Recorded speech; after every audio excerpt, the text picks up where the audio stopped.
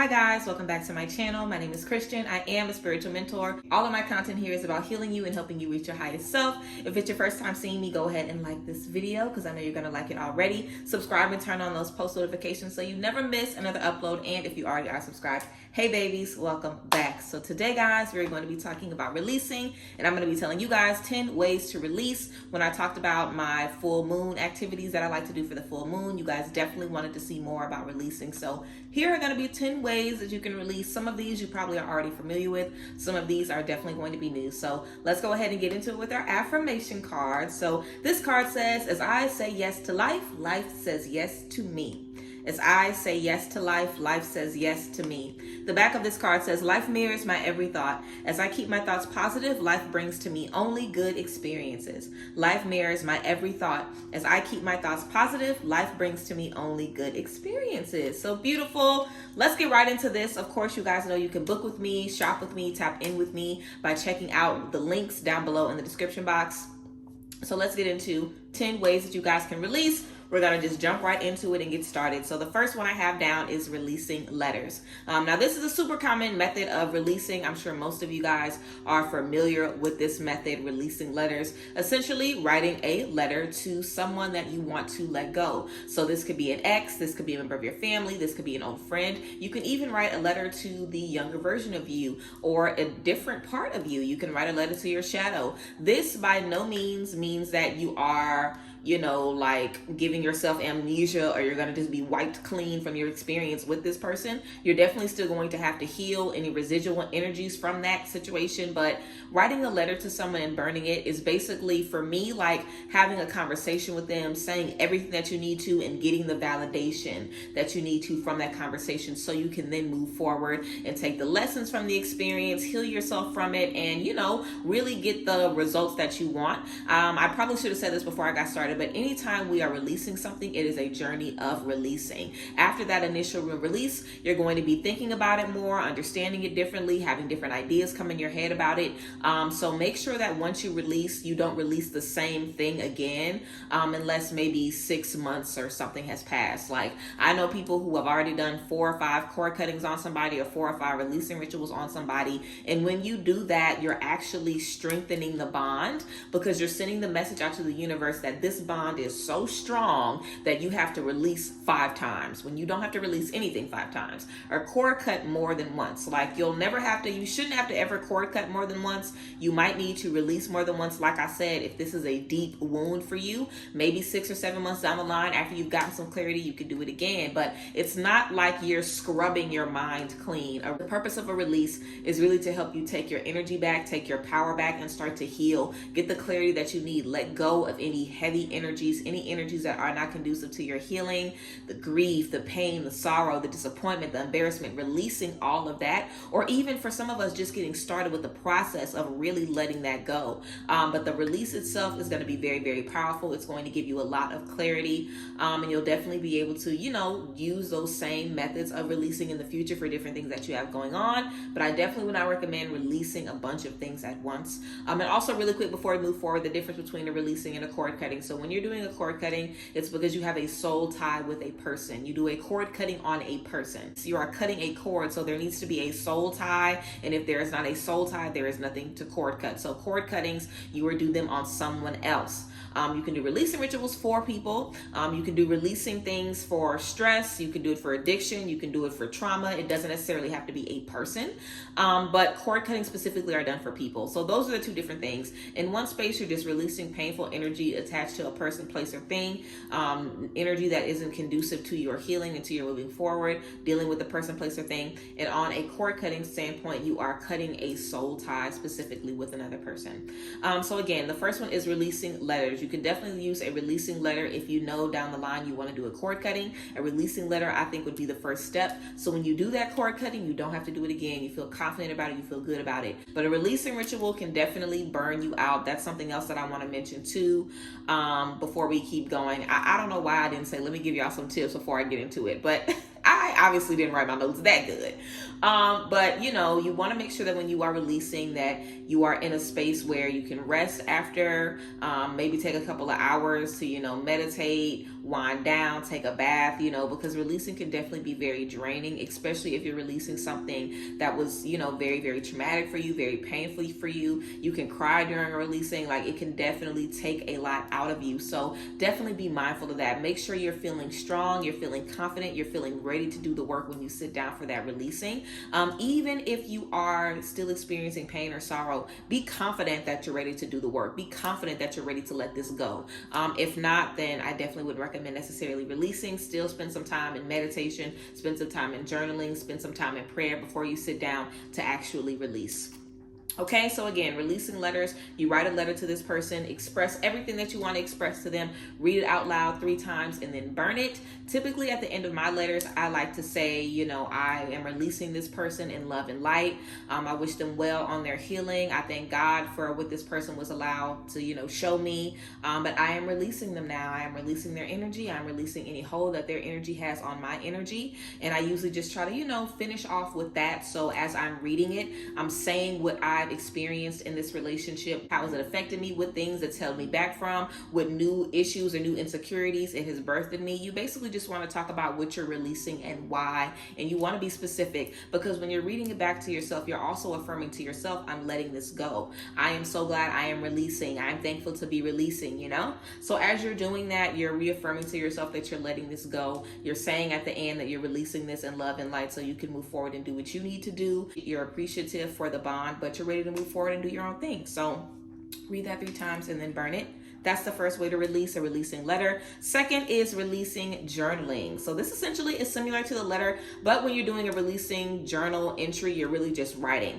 So this will be if you wanted to release stress, if you wanted to release a certain situation, if there was a certain moment of trauma or a point of trauma in your life that you wanted to let go of, that you wanted to release, then that basically would be what you would do the journal prompt for, where you would journal about the day that it happened, you would journal about the situation that happened, you would just talk about your feelings. It doesn't necessarily have to be a letter directed towards someone, but you know, you just want to talk about it. And if you have a person that you're wanting to release, you can do this with releasing journaling as well. It doesn't have to be just the things outside of people. You can definitely use just a releasing journal entry to release. Like I said, very similar to the letter. You just write, not in any particular way, shape, or form. You just write out what you're releasing. You can also do a list and put, I am releasing blank, I am releasing blank, or you can say, I'm so grateful to have released blank. You can also use the verbiage, this no longer has a hold on me. I am so grateful to be free from blank. You know, there's a bunch of different ways to say, I have released this, I have let this go. So yeah, with your releasing journaling, you just want to do a regular journal entry, write however long you need to write. You can do a paragraph, a page, a few pages, however long. Write it out. The same thing with the letter. Read it 3 times. Affirm to yourself that you are letting this go.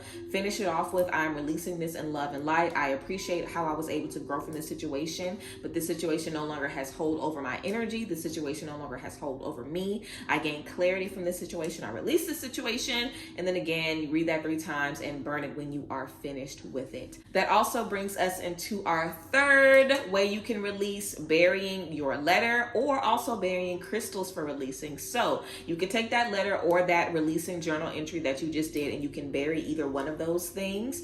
When you are burying something, you are trusting that God, the universe, nature, Mother Earth is coming together to help cleanse this energy and release this energy. Also, I feel for me, burying something, just the act of digging a hole and putting something in the earth, is very grounding for me. It's just like, it just signifies on a deep level, like, I am done with this. I have buried this. Like, it's buried, it's done. It'll never be the same when it comes out of the ground. So it also for me symbolizes transformation, you know, being in a space where I am letting something kind of end. I'm ending one cycle and preparing for, you know, a cycle of something else. So you can just, like I said, fold up your letter or your journal entry. It doesn't matter how many times you fold it. You can fold it however many times you want. You can research the different meanings of paper folds or whatever. Fold it however many times you want, and you can bury it. Also, for burying crystals. Now, you can bury your crystal and leave your crystal forever, or you can bury it and leave it down there for 7 days and then dig it up. It will be cleansed. The earth will have cleansed it. So basically how you do for burying your crystals, let me grab a crystal so I have something to show you guys. So I have my clear quartz here.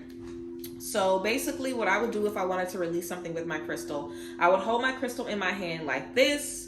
and I would hold my face over my crystal like this with my mouth over my crystal, and I would think about what I wanted to release, and I would basically put it in an affirmation and speak and breathe it into the crystal 3 times. Now you can speak and breathe it into the crystal 3 times. You can just have a conversation with the crystal. You can pray while you're holding your crystal that you are releasing this, that you are transferring all of that energy that you're letting go of into this crystal, that you are trusting that God is allowing this energy to flow out of you and into this crystal, into this piece of nature that you might bury and return to nature, and thus cleanse those energies. So, there's a few different ways that you can speak it to your crystal, but essentially you want to speak it to your crystal. Make sure you're breathing deeply in through your nose, out through your mouth as you're speaking through your crystal. And then you can go ahead and bury this bad boy. Now you obviously don't have to use something this big, but this is clear quartz. You can also use obsidian, tourmaline. Protection crystals are going to be really, really great to use for burying your crystals. So you can speak into that crystal. Like I said, you can repeat the affirmation a few times. Like it could be, I release all anxiety. I release all stress. I release all trauma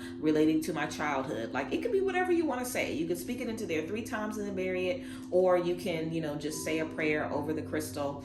So those are a few ways that you can bury the crystal. And again, you can leave it down there for good, or you can bury it and dig it up in 7 days, and it will have been cleansed by the earth. So that's the 3rd and 4th one, guys. My 3rd one and 4th one was burning the letter and burning the crystal. So number 5 is factual and objective reflection. So reflection is a very, very, very, very big part of release. And reflection is what allows you to understand the situation so you can move past it. When we don't understand something, when we haven't accepted something, that's why it is still attached to our energy. But when you understand and accept what happened in the past, you're able to pull whatever lessons you need to pull from it and move on. So factual reflection looks like, let me look at the situation and take myself out of it. So let me give you guys an example. I once dated someone that was very abusive, just across the board, physically, mentally, emotionally. This person was very, very abusive. And mind you, when I'm thinking about this, releasing this is very, very hard for me because I have so much disdain for this person. I can't believe this person did these things to me, right? But I had to take myself out of the equation. When I met this person, I saw little red flags that told me this person was sick in the head from the very first couple of months. Like the very first time this person was abusive with me probably was like 2 or 3 months into knowing them, and I knew them for over a year after that. I was with them for over a year after that. So I had to take myself out of the equation and have a conversation with myself and really observe the situation, because through that situation I found my voice. I set standards that I never had before. I became very, very strong and confident in what I wanted. Like I didn't give a fuck about hiding who I was. Like that situation absolutely broke me down. But looking at the facts of the situation, I was able to see red flags before. I should have got out of the situation and didn't. Why didn't I? I had to go back to the fact that this person was emotionally manipulating me as well, making me feel bad for them, making me feel like if I left them, they wouldn't have anybody, gaslighting me, all kinds of things that made me still want to be with this person and still work on them and heal them. And maybe there was a part of me that felt like, I cannot really heal people if I can't heal them. I'm this person that's supposed to be healing people. I've always given people advice, helped them out. I can't even do it to the person I'm with. So what's really going on here? You know what I'm saying? So I definitely feel like just going through that factual observation, going through that objective observation where you're taking yourself out of it and you're looking at the facts. You're looking at the facts of what happened, and you're thinking about, in reality, what this person did to you, what this person came from, the trauma that they experienced that made them that person. And 9 times out of 10, when you look at a situation like you're taking yourself out of the equation, you're just looking at what happened to a stranger, a lot of the times it is easy for you to release it because you can accept it. Like I can accept that someone like me was victimized by someone that was looking for victims. I was looking for someone to save. I wanted someone that I can help. I like helping people, and I definitely feel subconsciously a lot of us are looking for people who need healing without even thinking about it. So in turn, you're going to attract a lot of people who are broken. So when you're able to realize, okay, this is why I connected with this person, this is what I gained, and you're able to look at the facts and you're able to look at it objectively, that is a beautiful way to release. You can do that sitting in front of the mirror. You can do that through journaling. You can do that through just having a conversation with yourself, talking about what happened, even envisioning what happened and taking time to envision that version of yourself and what you were going through, and that can be pretty rough to just kind of understand, like, wow, like I thought I was being open. I thought I was being transparent and ready to heal and love. And this person was only looking to take advantage of me. Like, it can definitely be difficult to kind of understand that. But again, you know, most things that happen to us are not personal. Most people are sick. And if anybody else ended up in their life, they would have been sick to them too. You know, like, don't ever feel like you're so nasty, so evil, so vile that you deserve these things to happen to you. We can definitely carry a lot of shame and also a lot of anger, a lot of rage about situations. So factual and objective reflection is going to be very, very good to just help you sit outside of the situation and look at it from a different perspective. That is the whole goal. So yes, number 6 is asking yourself the question, what need did this serve in my life? What need did the heartbreak serve in your life? What need did that uncomfortable situation serve in your life? You know, I definitely feel in every space I've been in, the space I was in right before that, I needed that situation in the middle to get me to the end point. And I definitely feel it's difficult to say that because you haven't seen your end point yet. But I would definitely recommend just asking yourself, what need did this serve in my life? You know, and it's definitely a loaded question, but just thinking about that, I feel, you know, is just another way to release. Again, it's about acceptance, it's about understanding, it's about clarity, and it's just about connecting those dots and making sense of what happened so then you can move forward and release those emotional ties. Also, I wanted to say, guys, you can use these things paired together if you want. You can start with reflection, then do a releasing journaling or a releasing letter, then do a bath, then use a candle. You can literally jump around and use these things in conjunction if you want to. We also have for number 7 is a spiritual bath for releasing. So this type of spiritual bath I would recommend you do in the shower, and this is definitely a tip that I am kind of piggybacked off of or inspired by my very good friend Saturn, who I'm always working with and doing spiritual stuff for. I had to give her little props for this tip. Saturn is always dropping gems on me, and they reminded me that spiritual baths are also used to kind of wash your body down from your root to your feet or from your feet up. So I definitely think this will be a great way to step into your releasing. So if there is something that you want to release, I would recommend preparing a bowl with water, different herbs, oils, different things that you want in that bath. You can use Florida water, any different types of scented cleansing water, Palo Santo water, any blessed essences that you guys might be fond of. You can basically prepare water, basically prepare this bowl like you're preparing your spiritual bath, essentially. You can pray over your bowl that this helps you release certain things, it helps you let go of certain things, it helps you just remove certain energies from your space and from your vibe, and then go ahead from your space and from your space and from your mind as well. Then go in the shower and use the bowl to wash yourself from your head to your toes. So literally take the bowl, you can get a rag, a white rag in the bowl, and literally wash yourself all the way down from the top to the bottom. You can also dunk it over your head if you wanted to in 3s as well, depending on the size of the bucket or the basin that you're going to be using. So that's a way to just bless yourself with that spiritual bath and cleanse your energy and cleanse your aura if there's something that you are releasing. I would definitely recommend doing some journaling or reflection before you step into this space so you know what elements to use and add into your spiritual bath. I always use rosemary in my baths to just help me with confidence and releasing self-doubt. I also always use rose and lavender. Of course, rose is just great for love, passion, healing energy, self-love, welcoming in new types of love and emotional fulfillment into your life. And lavender, of course, is all about relaxing your energy, relaxing your mind, relaxing your spirit. I also use a lavender and rose because for me, they represent the third eye chakra and the root chakra. So I always use those in my baths, but whatever types of herbs you guys are interested in, if you guys want me to do, I've never done an herbal video, y'all. Like, I've never done like my favorite herbs. If you guys want me to do a video about my favorite herbs, like my top 10 or my top 15, like I will definitely do a video talking about my favorite herbs and how you guys can use them if you guys are interested, because I'm an herbalist, don't forget. So yeah, that is how you guys can basically use that spiritual bath for releasing. So let's go ahead and move forward with number 8. Water releasing with journaling. Now this is going to take place over 3 days. So water releasing, you'll basically prepare a glass of water and you would speak what you want to release in the water. You can say a certain prayer that you write down. You can read the prayer over the glass of water, literally speaking into the water. You can do like we talked about with the crystal. You can do your affirmation 3 times.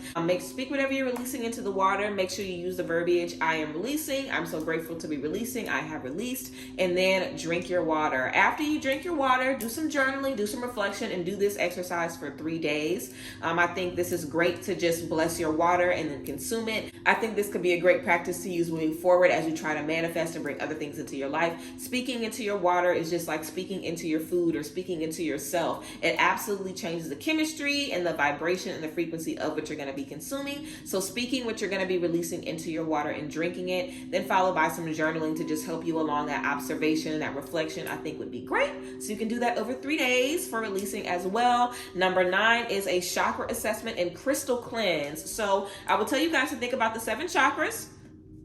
I will tell you guys, think about the 7 chakras: your root, your sacral, your solar plexus, your heart, your throat, your third eye, and your crown.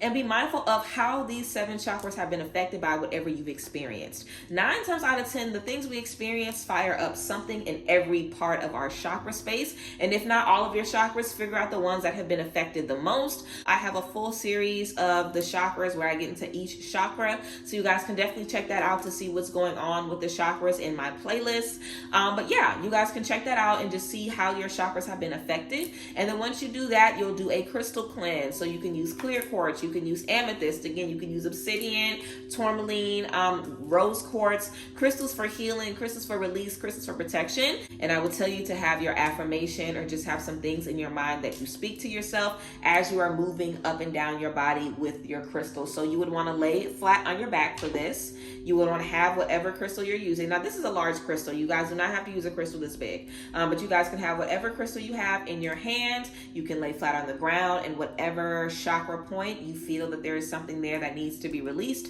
after you've, done that reflection over the chakras, that little assessment, then I would definitely recommend going over each chakra and either speaking what you're releasing into that chakra, just having a little conversation with that chakra and with that element of your life as you're holding the crystal over it, and speaking, I am releasing this, I am releasing this, I am releasing this 3 times after you're done, or I have released this, I have released this, whatever the case may be. Just say what you have to say what you're releasing, and then finish it with, I am releasing this, thank God I have been freed from this. And that is basically how you can do your chakra assessment, thinking about those chakras, thinking about what's been affected. I also have a chakra assessment on my Instagram in my tips highlight. You guys can go to my Instagram here and check on my tips highlight. There's a lot of great information there. And in the chakra space, I have 3 questions for each chakra that can kind of help you know which chakra is feeling what. And after that, you can cleanse your crystal with the sound bowl, with prayer, with salt, with Florida water. You can leave it in the sun. You can cleanse it under the light of a full moon. You can just pray over your crystal however you want to cleanse it. You can also bury it, like we talked about earlier, bury it for 7 days. That's what you can do as well. So yeah, that is the chakra assessment. And then the last one is stretching. So I'm sure you guys, maybe if you've been online, you've recently heard about some ways that we can stretch our body and release trauma in our body. So a few different stretches you guys can do, and I would recommend doing these stretches for a period of 7 days. And whenever you're in the stretch, stay in the stretch as long as you can. If you start to get a little overwhelmed, if you start to cry, if you start to think of certain things, speak certain things, shake in certain spaces, give your body a little bit of grace, give your body a little bit of freedom and wiggle room. So the first pose, I'll probably put a picture somewhere so you guys can see. You'll be laying on your back and you'll have your feet together and pulled all the way up with your knees far stretched out to your side. So you'll basically stay in this position. You can have your arms relaxed at your side. You can have your arms over your chest. Wherever you want to have your arms, you can align crystals around your body while you're doing this. You can place a crystal on your third eye or a crystal over your stomach while you're doing this, or your heart. And you can just remain in this space and see what comes up for you, see what comes to mind. We hold a lot of trauma in our hip space. This is also where your root chakra is, your sacral chakra. Your root chakra, your sacral chakra, and your solar plexus are all kind of right surrounding this space, this hip space. So this is definitely like a hard center for these 3 chakra points, and there's a lot of trauma related to these chakras that we hold in this space, and all of our chakras, because we know the root is where everything comes from. So definitely this stretch is going to be great to just help you guys release that. And also another stretch you guys can do is you can lay in child's pose. I'll have a picture of that as well. And again, you can have crystals surrounding you. You can have a crystal right above your head. So you can have your arms outstretched, or you can have your arms grasped together and put them behind your head while you're in this pose. So yeah, that's basically, so I would definitely recommend, if you guys are wanting to do some stretching specifically for releasing, I would would recommend staying in either one of these poses for 60 seconds out of the day. If you can't do 60, do 30. If you can't do 30, do it until you can't anymore. And you can gradually add 30 seconds on as you move forward. Again, do this for 7 days. After this, you can journal if you'd like. You can do the chakra assessment if you like. After this, like I said, you guys can pair these things together. But yeah, guys, those are 10 ways that you guys can release. Thank you guys for being here. I appreciate you guys for tapping in. If there's definitely a method that you guys are going to be trying, let me know down below in the comment section. So yes, I love you guys. I appreciate y'all. Remember, you can book sessions with me, shop with me, connect with me at the link down below in the description box. I love you guys, and I will see you guys next time. Bye guys. Bless.